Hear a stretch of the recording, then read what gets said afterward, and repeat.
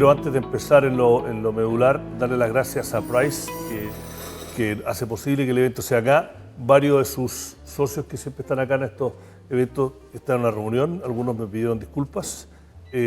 Otro de los que hace posible esto hace los últimos 8 años en él, que hoy día justo tienen el ¿cómo se llamaba, José? El Global Capital Markets Day. Así que hay gente en él, gerentes que vienen, que no pudieron venir. La CAP, que también hace que esto sea posible, y el Banco América Latina para el Desarrollo, la CAF, que es otro de los que nos ayuda a que esto suceda. La narrativa, el hilo conductor de este año, del ciclo, que este es el quinto de 6, es la tensión que estamos viviendo entre capitalismo, democracia y desarrollo.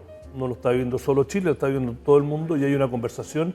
En Chile estamos teniendo esta conversación, yo lo he dicho en ciclos previos acá, a veces desordenada, a veces violenta, pero estamos teniendo una conversación que hemos tratado de institucionalizarla para encauzarla, pero todavía estamos al veremos, ¿no? Y para conversar de eso y cómo se encauza, hacia dónde vamos, invité, como dijimos, José Gregorio, expresidente del Banco Central, biministro, economista, Bernardo Larraín Mate, que es presidente de Pivotes, que no es un centro de estudio, como dicen algunos. ¿Cómo lo describe? Tuvimos conversaciones en su momento, pero es que está metido en lo público y quiere ser partícipe. Incidencia pública, y que también es empresario, así que vamos a tratar de a ver si hicimos algunas cosas inteligentes. Voy a empezar contigo, José, porque lo hablé contigo hace un par de meses, cuando empezó esta conversación a la salida de la pandemia, y había muchas editoriales en muchos diarios de esta tensión, que la democracia liberal occidental, como la tenemos todos, no está dando el ancho, y que hay muchas o grandes minorías o pequeñas mayorías en democracias que se sienten que no le está solucionando sus problemas, ya sea de económicos, ya sea de la vida, pero bueno, no tenemos otra alternativa. ¿Cómo lo ves tú y cómo es el ejemplo chileno? Porque cada sociedad lo está viviendo de una forma diferente. Sí, yo creo que como decías tú, el trade-off no es tanto democracia y desarrollo, sino es más bien donde está la tensión es capitalismo y desarrollo. En regímenes democráticos que en alguna otra medida da la impresión de que han sido fallidos, y ese es como otro tema, que es esta polarización que existe en la política. Pero respecto al capitalismo y el desarrollo, esto surge clave en la crisis del 2009 y Occupy Wall Street. Ese para mí es como el emblema de esta sensación de que en el mundo tenemos una sociedad que progresa, exitosa, pero los beneficios son para unos pocos, y sobre todo cuando vienen ajustes, incluso el Estado termina salvando a pocos. Entonces, un poquito la sensación esta que queda después de la crisis financiera, con grandes, ¿no es cierto?, responsables que se terminaron yendo por contrato, ¿no es cierto?, con tremendas indemnizaciones después de haber causado una tremenda crisis, y mucha gente perdiendo su empleo. Y de ahí viene una cosa que yo diría se suma a otra cosa que ocurre en países como Latinoamérica, que es una desigualdad persistente. En Chile, más allá de las discusiones que podemos tener margen, en Chile la pobreza ha caído y la desigualdad se ha reducido en los últimos 30 años. O sea, tiene que falta el que quiere vender un datito. Ese es el dato. Lo que ocurre es que es desigual. Igual es más desigual que los países que se han hecho más desiguales avanzados. Entonces en el mundo entero empieza a surgir esta tensión. En el mundo entero empieza a surgir esta tensión. Y obviamente un tremendo desafío. Es un tremendo desafío en países como Chile, como decir, mira, ¿qué hacemos? Porque podemos haber mejorado, pero eso no es para sentirnos con la tarea hecha, ¿no es cierto? Y en estos otros países, ¿cómo corregir? Y ahí viene este tema de la polarización política, que es bien fascinante intelectualmente. Un tema que a mí, Abelín hace poco escribió unas cosas, y hay unos, entre economistas, hay unos podcasts, los de boxeo, con los nerdos son, pero bueno. Y yo hablaba, decía, este fenómeno de la polarización, que es nueva, y del populismo, que es una nueva versión, que no es lo que estábamos acostumbrados. Y lo que ocurre es más o menos lo siguiente. Hoy día, la polarización ocurre por causas identitarias. No es cuando uno era niño, y en la época de la UP, era sustituir el capitalismo, los que se hablaban de la sociedad socialista comunitaria, todos tenían modelos de sociedad. Ese era como el debate. Hoy día no es acabar con la inmigración, sacarnos el Estado de encima, resolver la delincuencia y el resto nos da lo mismo. Y por eso tenemos además líderes que son bastante especiales, pero que la gente está dispuesta a tolerarla. No hablemos de lo que pasó al otro lado de la cordillera, pensemos en Trump. Es un tipo lleno de juicios, porque le pagó con plata de campaña a una prostituta para llegar a un agreement. O sea, es un país normal, uno se le cae el pelo. Se me cayó ya. Lo que quiere. Pero, mirá, entonces, es una cuestión impresionante. Pero la gente al final dice, bueno, pero es que él va a resolver lo que a mí me interesa. ¿No es cierto? Esta cosa y esta visión populista moderna, que tampoco el populismo antiguo, ¿no es cierto?, de estos libros de Edward donde hablaba del populismo irresponsable, que quería gastarlo todo. No, el populismo que dice, yo le resuelvo todos sus problemas porque sus problemas son por culpa de la élite y el que no está conmigo está con la élite. Entonces, todo ese fenómeno ha cruzado la política, sistemas políticos fracturados, movimientos, como digo yo, puras elecciones. Todo el mundo dice, oye, pero eligen a puro extremo, extrema izquierda, extrema derecha. Bueno, no es malo, al final en promedio somos de centro, con un poquito de varianza.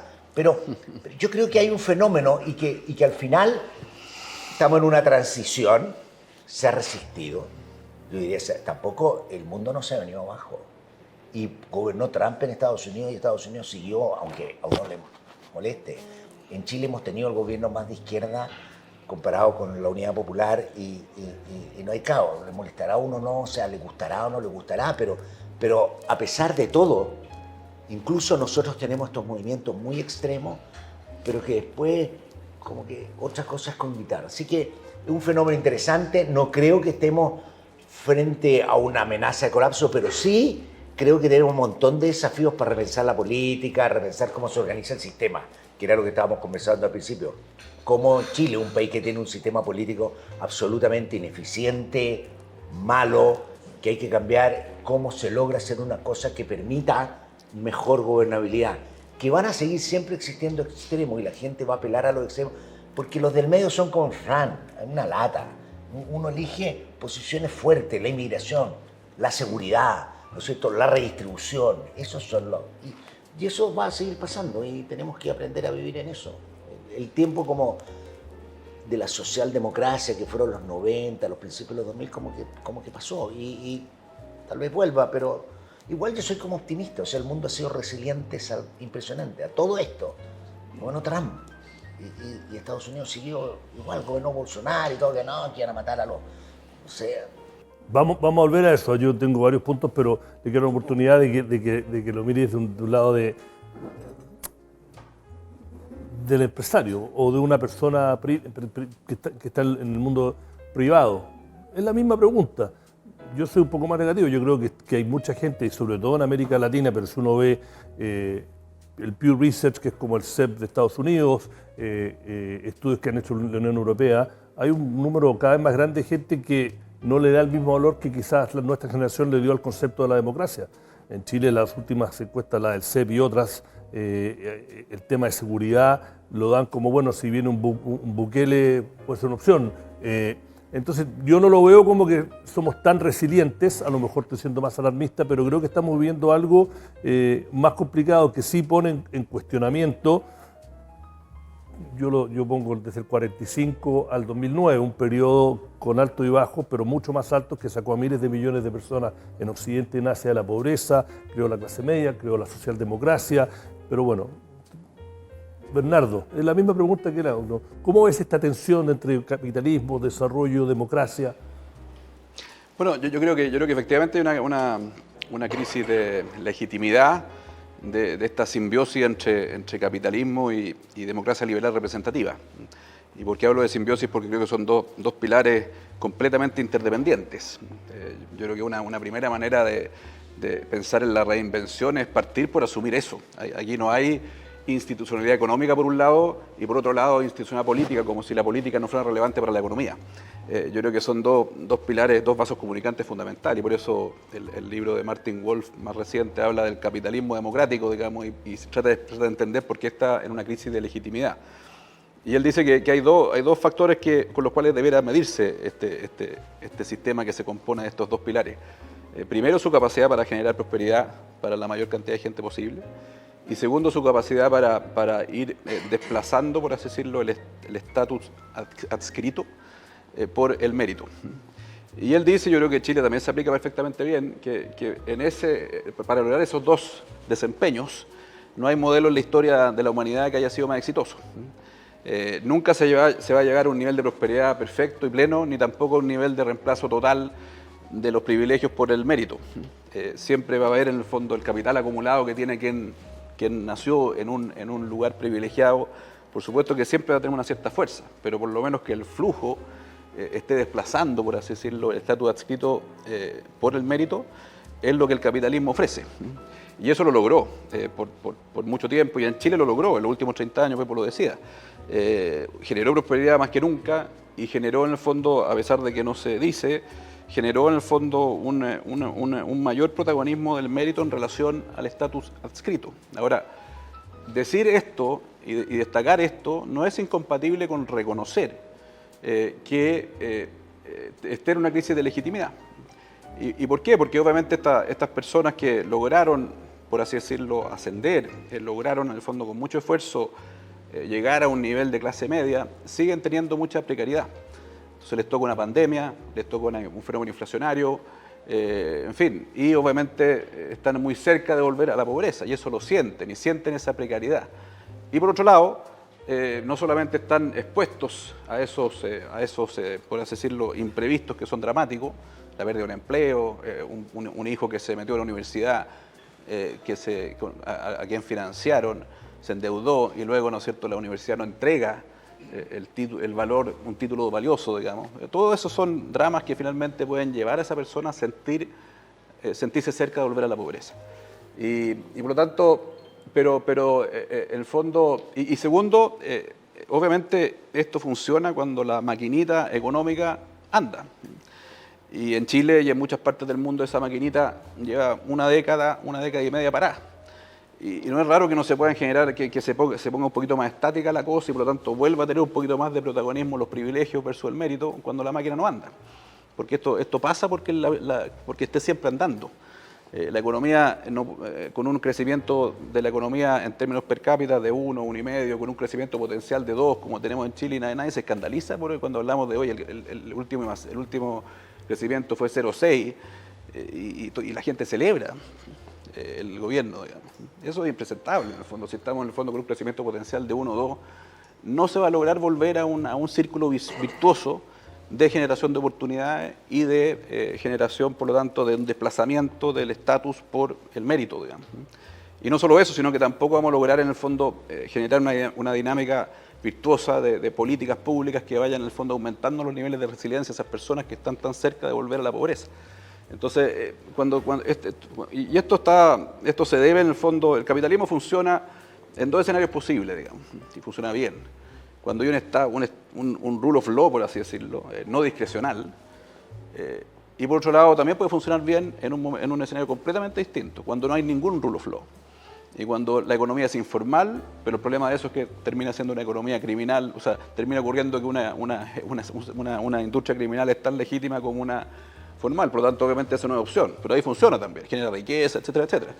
Por lo tanto aquí el camino es, por eso creo que es tan importante que desde el mundo empresarial y de un montón de sectores asumamos que aquí no hay en el fondo, los empresarios se preocupan de la institucionalidad económica y no nos metemos en la discusión política, como si la fragmentación del Parlamento no incidiera finalmente en la sanidad de la economía y en la fortaleza de las empresas. Si tú tienes un Parlamento que no es capaz de producir reformas en forma sistemática, reformas con una lógica evolutiva, que no piensen que todo es problema sistémico, cuando no sé, uno ve el tema de la educación. Hace 15 años alguien inventó, no inventó porque no quiero ser peyorativo, pero se creyó que todo era el sistema, que había que reestructurar el sistema. Ni siquiera se preocuparon de mejorar la educación pública. Se preocuparon de decir, en el fondo, aquí la participación privada es el demonio. Y hoy día estamos viendo los resultados de esa política. No hay ningún céntimo de mejora en la educación. Incluso una política pública que no estoy diciendo que tenga necesariamente que sea mala, está pésimamente mal implementada, como son los servicios locales de educación. El hecho de haber sacado a todo el mundo privado de la educación fue bueno o malo. esto es provocador, pero esta obsesión por ponerle cortapisa a partes del sistema, en vez de obsesionarse por mejorar la calidad dentro del aula, esa cosa que decían, ustedes son tecnócratas, ustedes aquí en la cuestión es sistémica, mientras no mejoremos el sistema, mientras no bajemos algunos de los patines, no podemos mejorar en el fondo. Eso es una cuestión, una visión extremadamente elitista, extremadamente dogmática, extremadamente teórica y con cero realismo y con cero conexión con la realidad de esa aula, con la realidad de esos estudiantes que están en Atacama con 90 días parados, ¿no es cierto? Con la realidad, ¿no es cierto?, de los que perdieron aprendizaje en los últimos 2 años porque el colegio de profesores se le ocurrió que había que parar la escuela en el fondo durante 2 años y tuvo un récord mundial. Entonces no nos debe sorprender porque está en crisis de legitimidad, pero la crisis no se debe, ¿no es cierto?, a este modelo virtuoso entre capitalismo y democracia liberal representativa. Se debe en el fondo a que lo esencial de este sistema dejó de funcionar bien. Vamos a ver algunos de tus puntos igual, pero yo le quiero preguntar a José que viaja y está en un montón de foros. Lo he citado en este ciclo este año. Me acuerdo un titular del Financial Times, creo que fue abril de 2021, creo, pero fue que tú lo pusieron en la portada, que el título era "Es hora de repensar el impuesto a los súper ricos". Y no quiero hablar de eso, a no ser que ustedes quieran, pero al que iba es que fue el primero de una serie de grandes ensayos editoriales, papers en el mundo occidental en que hablaban de esto de reformar el capitalismo para poder seguir siendo un actor legítimo o un modelo legítimo que genere confianza, y tocando mucho los puntos que ustedes dos. Mi percepción, yo no viajo tanto, pero leo, trato de mantenerme informado, que esa conversación como que ya se olvidó. No veo incluso las políticas de Bidenomics, que son un poco más de política industrial, pero en general estamos lo mismo, o estoy equivocado. Ahí esa conversación se permeó más abajo de repensar cómo hacer el capitalismo para que siga siendo un modelo legítimo y que genere confianza, para que responda a ciertas de las cosas de que ustedes dos hablaron al inicio. ¿Está esa conversación? Sí, todavía se habla, pero tú tienes razón que una discusión como que se desvaneció. Pero en parte se desvaneció porque tuvo su minuto y se pierde el minuto también. Ya pensemos en el caso de Chile, pues acá venía la revolución. Y la revolución que nos iba a hacer a todos más felices. Y parece que era un poquito fake. Entonces tenemos que repensar. Yo creo que hay una cosa de la izquierda muy fuerte, que sus paradigmas se han estado desinflando y hay que repensar un mundo más progresista. Porque, como digo yo, porque al final todos somos socialdemócratas, entonces es como bien fuerte eso, y porque además han surgido, yo diría, otros desafíos y otras cosas que ocupan la mayor parte del tiempo, y quiero mencionar uno. O sea, yo creo que en el mundo que viene nosotros hablamos, un comentario, el problema de Chile, o sea, cuando uno habla de la educación, y yo creo que es como el orden en el que hacemos las reformas. Uno no puede tratar, yo siempre he dicho, si una municipalidad es pobre, que administre colegio, la verdad que la probabilidad de que ese colegio sea bueno es malo, y yo pensaría que es mejor unirse. Pero si tú no reformas el Estado para tener una institucionalidad sólida, lo único que termina haciendo lo que pasó en Atacama, que uno de los cuentos es que esté capturado por parlamentarios este centro para preocuparse de su reelección más que de la educación. Es una cosa pero miserable. Entonces uno dice, ¿cómo puede? Entonces al final creamos instituciones para cotearla.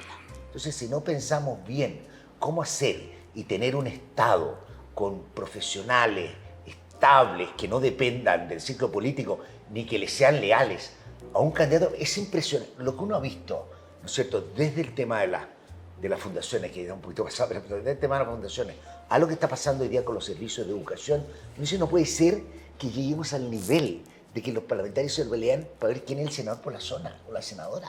Uno dice, el hecho de que eso ocurra es que tenemos un Estado muy mal estructurado con toda la... O sea, yo no quiero aquí decir que Chile, o sea, cuando uno mira el mundo, pero entonces, una vez que hagamos eso. Ahora, lo que te quería agregar es que hoy día hay mucho pensando en cosas que a mí además son bien fascinantes, mientras todo la riqueza y del bienestar y todo esto. Y es todo el desarrollo y toda la tecnología que se nos viene encima. En el mundo ha habido muchos esfuerzos de desarrollo tecnológico. Después del .com aparecieron las criptomonedas, que son una estafa. O sea, ahora ya cayó Binance, o sea, ya son un payaseo. Después apareció el metaverso, que es una cuestión que nos ponemos lentes y dejamos, ya, bacán. Pero la inteligencia artificial es un cambio monumental. O sea, desde la forma de enseñar, ya no voy a pedir ensayo cuando lo hace ChatGPT. Y estamos hablando que es la Generative AI, ahora viene la Generative AI y la discusión en el mundo es si se pueden crear más inteligentes incluso que las personas. O sea, ese cambio y lo que ha estado ocurriendo en las últimas décadas, no solo con todo el avance tecnológico, es monumental. Y ahí viene una duda que es un tema que yo quiero estudiar más en detalle, porque no hay demasiado, pero es cómo medimos nosotros el bienestar en una sociedad donde recibimos bienes que son gratuitos, por lo tanto no entran al PIB. WhatsApp no entra al PIB y gastamos todo el tiempo en WhatsApp. Más aún, cuando estamos en WhatsApp no estamos trabajando y como nos está produciendo, pero sí que baja la productividad. O sea, WhatsApp bajaría la productividad. El bienestar que tiene cualquier persona de cualquier nivel económico de saber algo casi instantáneamente, comunicarse con su familia, es una cuestión que uno no se da cuenta. No quiero con esto, después viene siempre esta cosa, ya te pusiste, que el capitalismo es bacán y todo esto es bacán. Pero es una cosa que es realmente impresionante. Ese es un ejemplo. Sí, pero es un ejemplo. Entonces la gente dice, no, pero igual se paga propaganda, publicidad, detalle. O sea, el impacto que está teniendo en nuestras vidas y por otro lado, cuando nosotros comíamos el puro alimento, era cosa de medir cuánto era el precio del alimento, por el alimento que consumimos. Hoy día la cantidad de cosas que consumimos, el estallido social se coordinó por WhatsApp. Está bien, pero déjame interrumpirte porque creo que va a la médula de esta conversación. Porque lo que tú dices es cierto, pero esa familia, usemos el ejemplo en Antofagasta, que eran colegios pobres, te escucha y dice, ¿de qué está hablando este weón? Mi hijo no va al colegio. Y tú me estás hablando, pero espérate, déjame terminar. Entonces digo, esa tensión, ¿cómo hacemos que esa señora o ese señor, cuando te escucha a ti, y que a lo mejor votó por la Concertación por 30 años, dijo, oye, mi nieto no está yendo al colegio, bueno, este güey me está hablando de robots. Sí, entonces digo, ¿por qué yo voy a...? Entonces ahí viene un populista, el senador, y dice, oye, vota por mí porque yo te arreglo este problema. Y si no lo arreglo, va a venir un Bukele chileno y va a decir, yo te lo arreglo. Y entonces ahí es donde voy yo, esa tensión entre lo que tú dices, que es muy cierto. Es más, nosotros antes de entrar, nosotros cambiamos un titular del diario por WhatsApp. Porque estaba mal, se metió la juego por WhatsApp, o sea, no fue productividad mientras preparamos este programa, así que nos hizo más productivos. Pero no se anotó, no, porque todo es gratis. Claro, pero... Entonces, tú tenés toda la razón, es que ese es el otro desafío que tenemos ya en el mundo, muy grande. Hoy día la comunicación es instantánea, la transparencia es instantánea, incluso ni siquiera puede tener reuniones privadas, pero lo están grabando. ¿no? Oye, nadie está grabando. ¿No? Pero igual esas cosas, digo, eso ni aunque no te grabes, se puede hacer, no importa. Sí. Pero debe ser como mucho. Pero hoy día, esa es una tensión, porque la gente hoy día ve lo que pasa. Claro. Hace 50 años atrás la gente no sabía lo que pasaba. Y además se genera con esta tensión de que tenemos todo el tema de la inteligencia artificial y estamos todos pendientes qué está pasando con ChatGPT, con Sam Altman, porque en Silicon Valley quienes hacen esto son súper ricos y nosotros estamos con los niños sin ir al colegio. Eso genera una tensión, pero también eso genera un tremendo desafío para la democracia. Bueno, por eso ya nos viene con la democracia de hace 30 años atrás, donde las encuestas se sabían con 3 semanas, uno podía, no digo engañar, pero podía ser mucho más liviano. Hoy día, más allá de la responsabilidad de comentar, hoy día la respuesta, la responsiveness del mundo es instantánea. Y eso pone un desafío a los políticos y por eso gana Bukele. Y los populistas dicen, yo te voy a solucionar los problemas. Si estos son la élite hablando de robot mientras tú no vas al colegio, mientras se cruzan los inmigrantes, yo lo resuelvo mañana. Ahora, no están resolviendo, es que eso pero... Y por eso también tenemos rotación de derecha a izquierda. Pero ya... Yo le hago una pregunta desde el punto de vista de que te ponga el sombrero empresario. Porque además tú estás involucrado en empresas que son globales, ¿no? Y que es otro tipo de tensión. En Estados Unidos siempre yo me acuerdo en una conversación el año pasado me decían, mira, la gente que votó a Trump por ahí tenía un trabajo que le pagaba $40 la hora en Detroit y no había terminado el colegio, pero hay un colegio público, fue al hijo, fue a la universidad estatal, podía ir a Miami, a Disney una vez al año y ganaba 40 dólares la hora y se carrera, se jubiló todo su auto. Esa pega no existe. Y esa persona tiene pega, porque hay poco desempleo, pero ahora trabaja en Walmart y gana 14 dólares la hora. Y esa persona está frustrada. Entonces, ese es un ejemplo gringo que en Chile todavía no llegamos a eso, pero sí una empresa global toma decisiones que tienen impacto en la sociedad donde está. Entonces, por ejemplo, CMPC, que tiene Brasil, Perú, Estados Unidos acá, toma una decisión de que, por una métrica económica, oye, nosotros necesitamos producir más en Colombia y menos en Estados Unidos, estoy inventando. Y vamos a cerrar esa planta o achicar, y eso significa que vamos a tener que echar 500 personas acá, pero vamos a contratar 1000 en Colombia. Ahora, en la comunidad donde se cierra tiene un impacto. El país donde está esa comunidad, con el presidente o presidenta X, es un poco que no tiene ningún tipo de control soberano, de decir, acá hay un ente global que tiene sus propias reglas, que toma decisiones que son de interés para sus accionistas y sus clientes, pero que choca hasta cierto punto con lo que mi responsabilidad como líder de un país de proveer un bienestar social y que esta cagada no quede, ¿no? ¿Cómo? Lo simplifiqué, es más complejo, la mayoría de ustedes acá son economistas o trabajan y entienden que no es tan simple, pero lo quería, porque esa tensión existe también. Sí, mira, voy a ir a esa pregunta, solo un par de comentarios de un par de cosas que dijo Pepo que quiero profundizar, digamos. Yo creo que el tema de la modernización del Estado, hay ciertas cosas que trascienden, digamos, si tenemos inteligencia artificial o no, si estamos en el siglo XXI, en el siglo XV. Un Estado moderno que funciona bien y que no está capturado es siempre bueno. Y por otro lado, un sistema político que logre integrar en el fondo la capacidad de hacer acuerdos, por un lado la capacidad, ¿no es cierto?, de incorporar la técnica, no despreciarla, pero al mismo tiempo de abrir mucho más dispositivos de participación, es un desafío gigantesco. Y menciono estas dos cosas porque ¿qué reformas se requieren? En el fondo aquí en Chile es completamente grosera la inexistente separación entre lo que es administración pública y lo que es el gobierno de turno. No puede ser que cuando llegue un gobierno se nombren 4.000 personas y en Inglaterra se nombren 50. Eso simplemente no puede ser. Y eso jamás va a ser reformado del sistema político. Jamás. Y por eso quiero reivindicar algunos artículos de la Constitución que se propone. Si uno piensa en el fondo en qué es lo más sustantivo de una Constitución, es precisamente cómo se diseña el sistema político, cómo se diseña la estructura del Estado. Y en esas cuestiones hay innovaciones muy sustantivas que no se han puesto en el debate.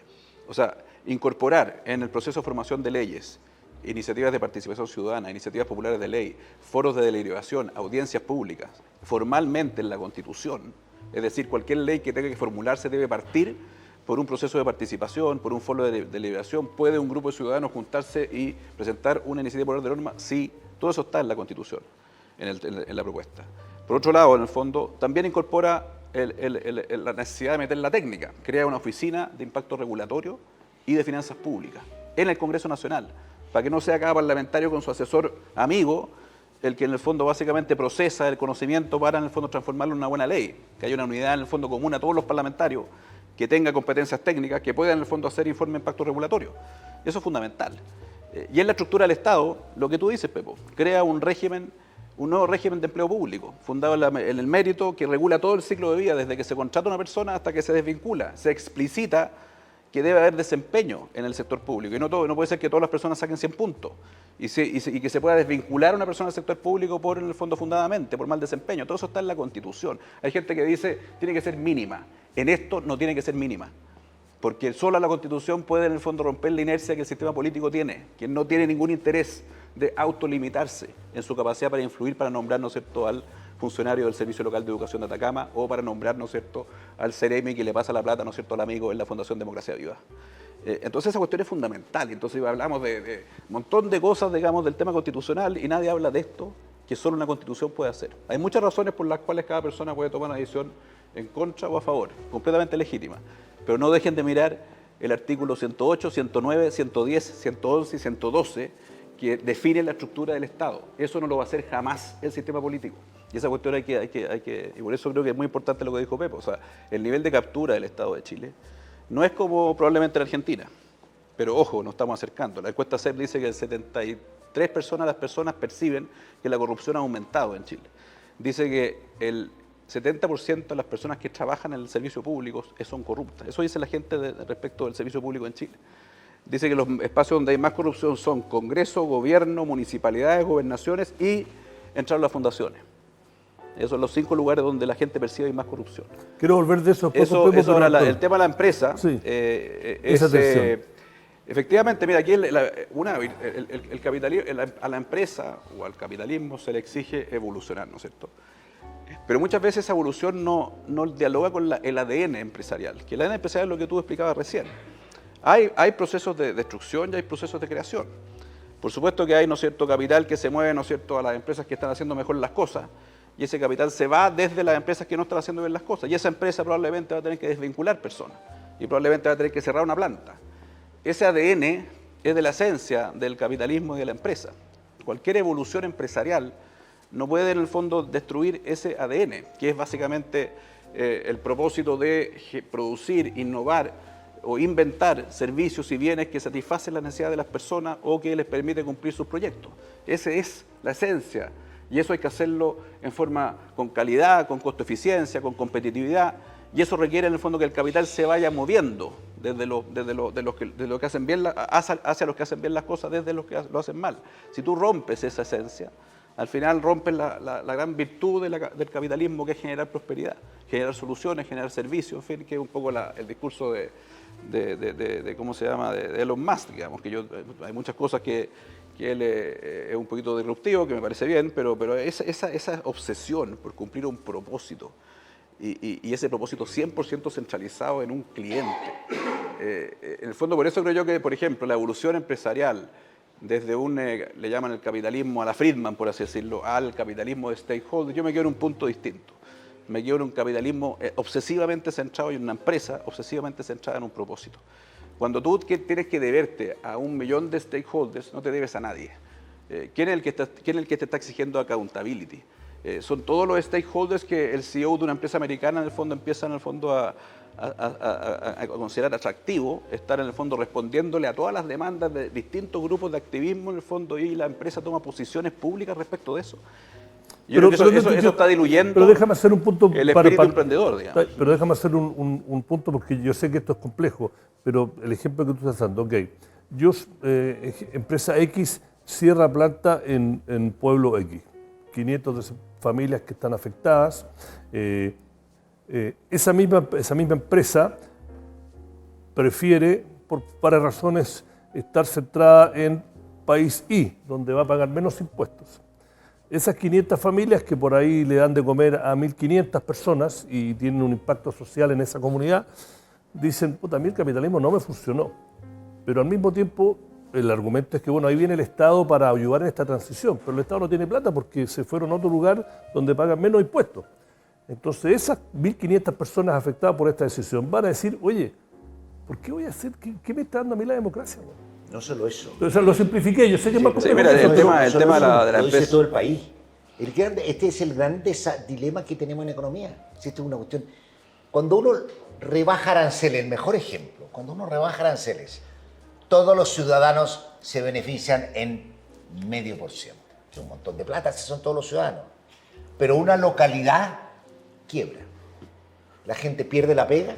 Hay reportajes de televisión, no solo esa gente está molesta, sino todo el resto está molesto, porque la verdad que lo que ganó no lo percibe materialmente como percibir salud. Y ese es el dilema que se vive hoy día, por eso, que fue toda la discusión y parte del fracaso como del clintonismo y esta cosa en Estados Unidos. De la tercera vía que tiene que ver con eso, porque era una cosa como insensible, con pueblos que cerraban, beneficios para todos, más globalización, empresas más grandes, pero localidades arruinadas. ¿No es cierto? Que se transforman en republicana.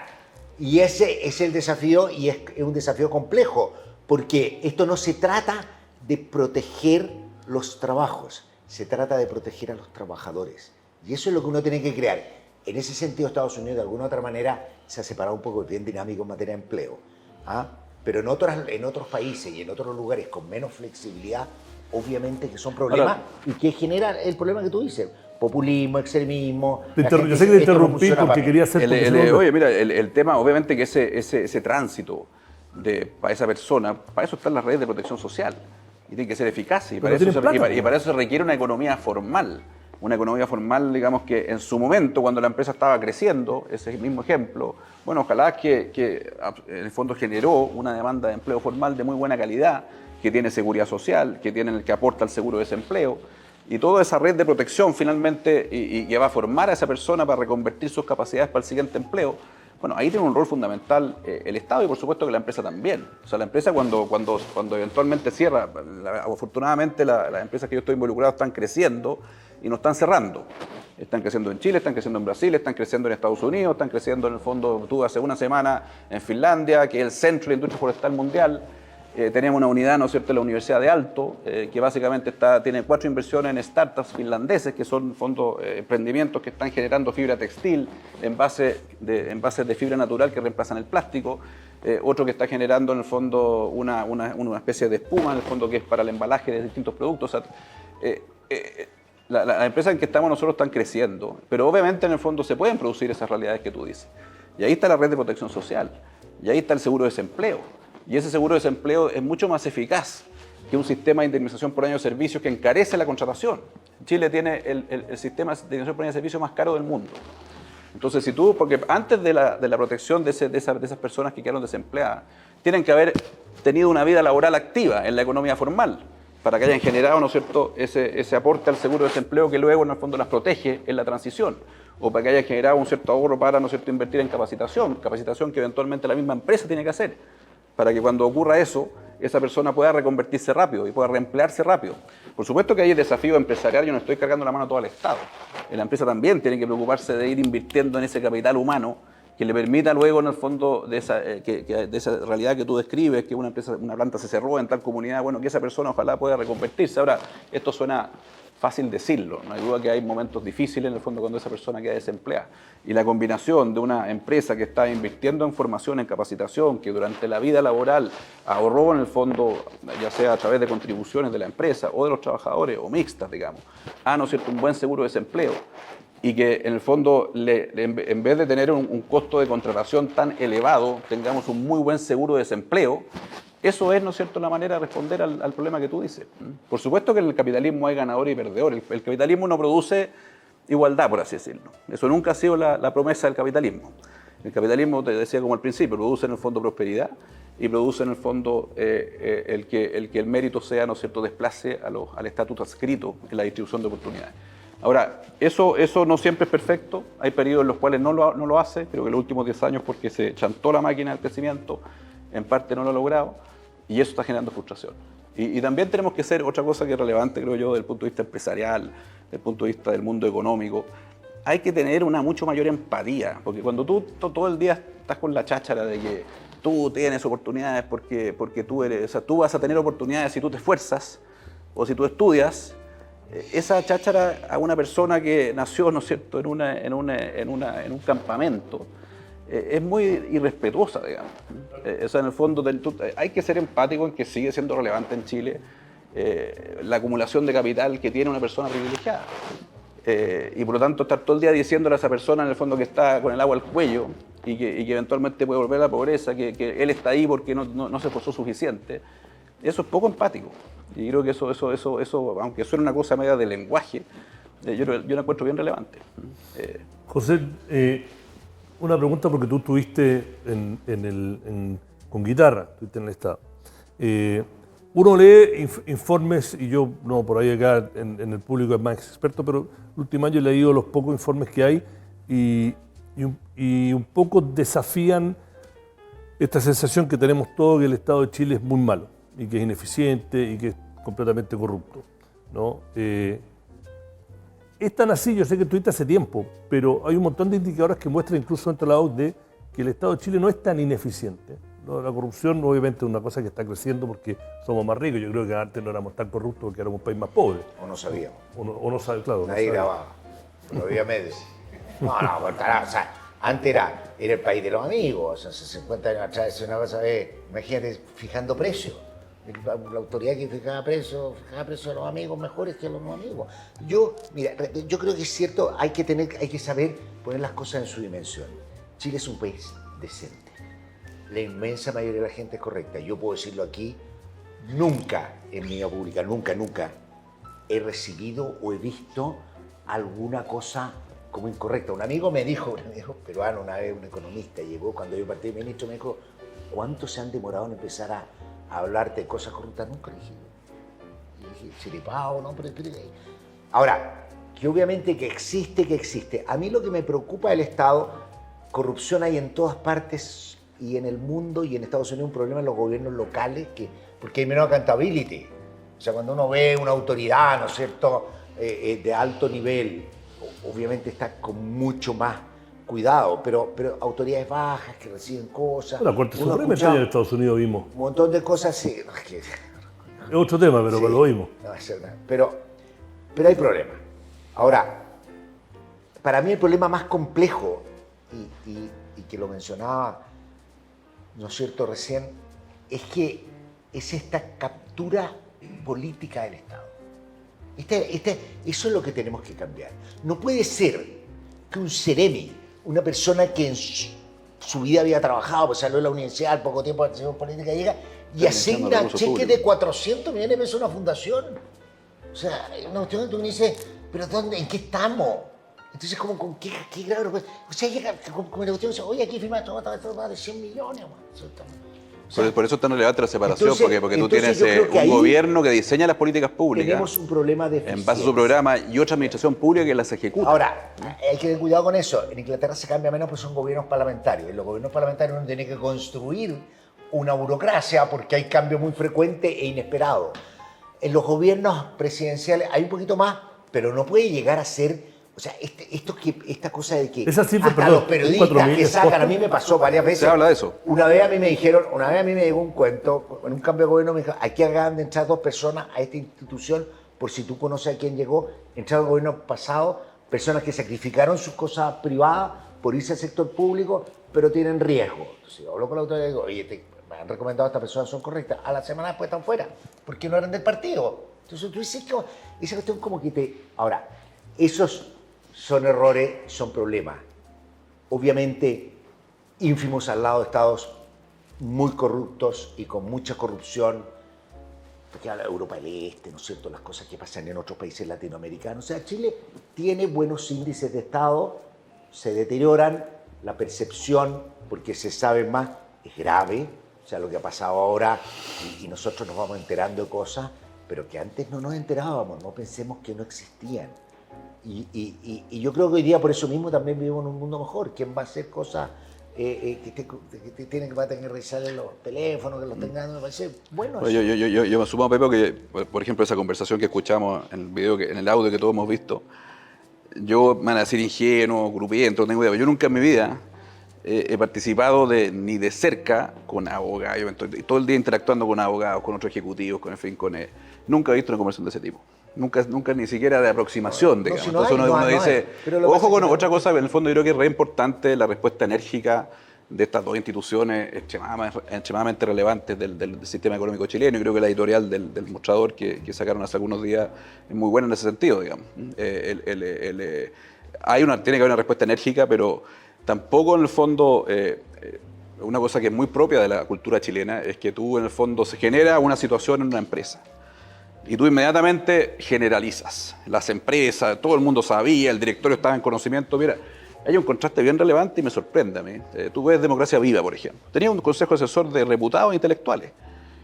¿Quién dijo en el fondo, aquí sabía el directorio, cómo es posible que el señor, hay varios intelectuales reputadísimos? Bueno, hubieron varias notas. Y nadie dijo en el fondo que, oye, era un hecho que el directorio de Democracia Viva estaba en conocimiento de la corrupción había una organización que tenía 3 personas.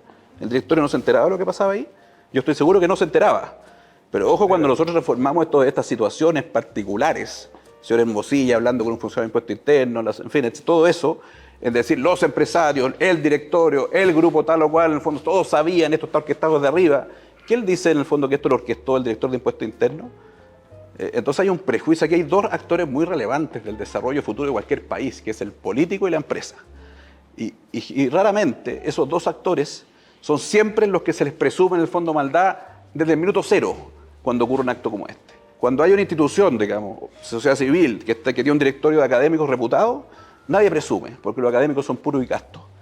En cambio, el político y el empresario, por definición, sabían, por definición, en el fondo. Es totalmente cierto. Entonces, esa cuestión es muy mala, porque al final, en el fondo, transformamos problemas que son gravísimos. Pero los problemas precisamente ocurren cuando uno tiene estas delegaciones, pero no pues, estas teorías conspirativas de que todos sabían, de que todos estaban de acuerdo, es absurdo pensarlo. O sea, además que siempre yo digo, nadie lo presume. Pequeña desviación y todo se cae.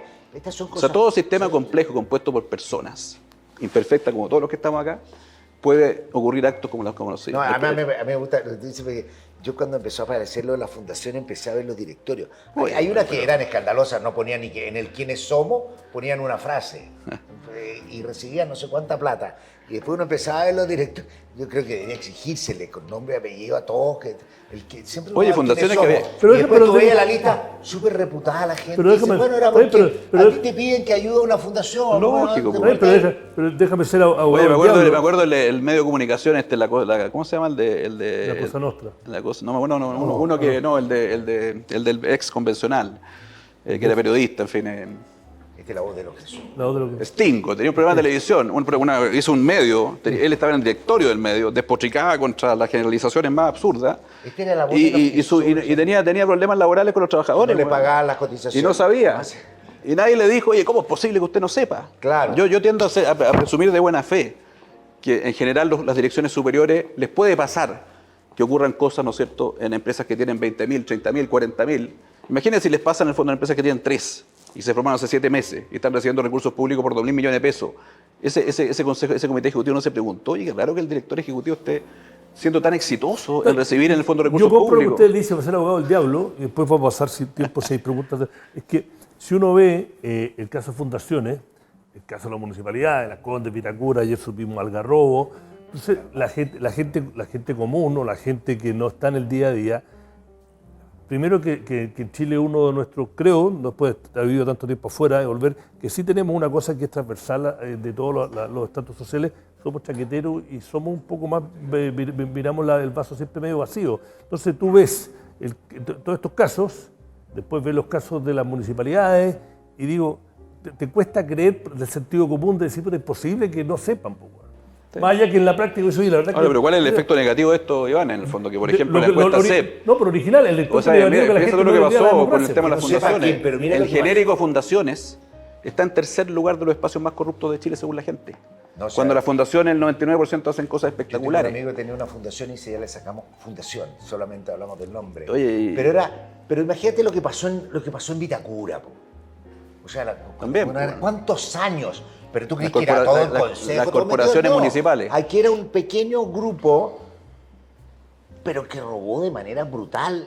Tienen que aprender, pero esto no es que estaba toda la municipalidad, todos los funcionarios, no, son normalmente pequeñas redes, porque mientras más grande la red, la posibilidad de que se caiga es mucho mayor.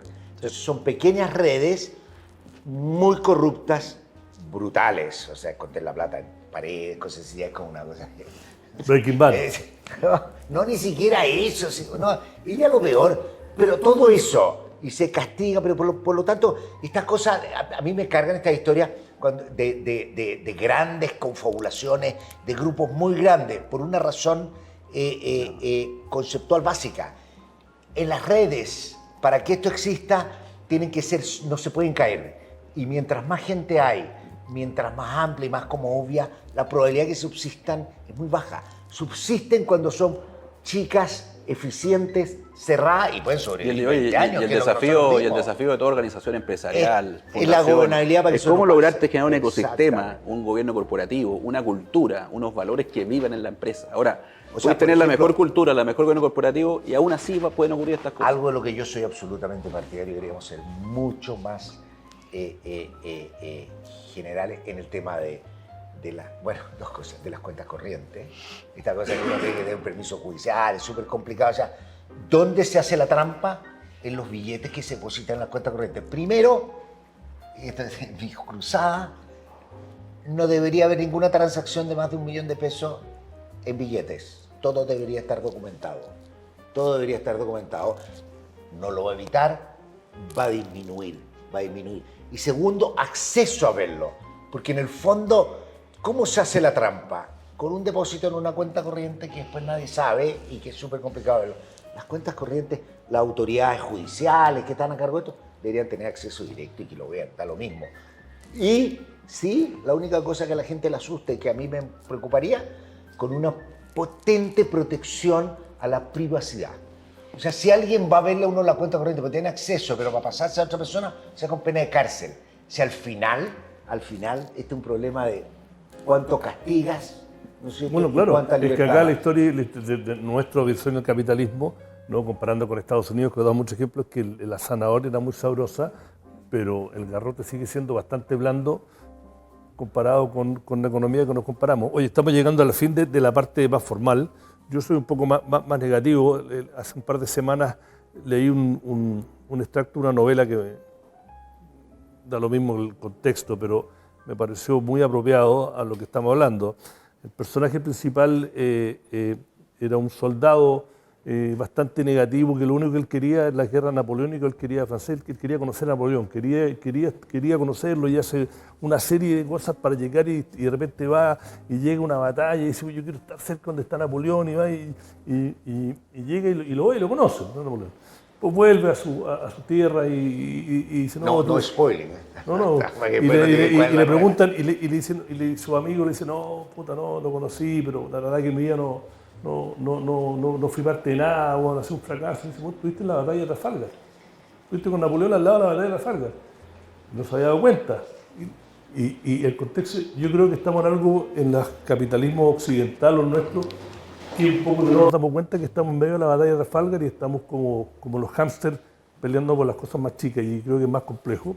Llegamos al fin, quiero dar las gracias a Bernardo Larraín Mate, ¿no? José Gregorio, y a este que es el penúltimo, el 5 de diciembre, algunos de ustedes van a estar invitados, se viene el próximo diálogo, vamos a tener al ministro de Energía, Diego Pardo, y vamos a tener al gerente general de Enel Chile. Vamos a hablar de permisología, vamos a hablar de la transición energética, electromovilidad, etcétera. Pero los que están acá, muchas gracias, y nuevamente gracias a Price, gracias a la CAF, a CAP y a Enel, y a todos los que vinieron. Muchas gracias.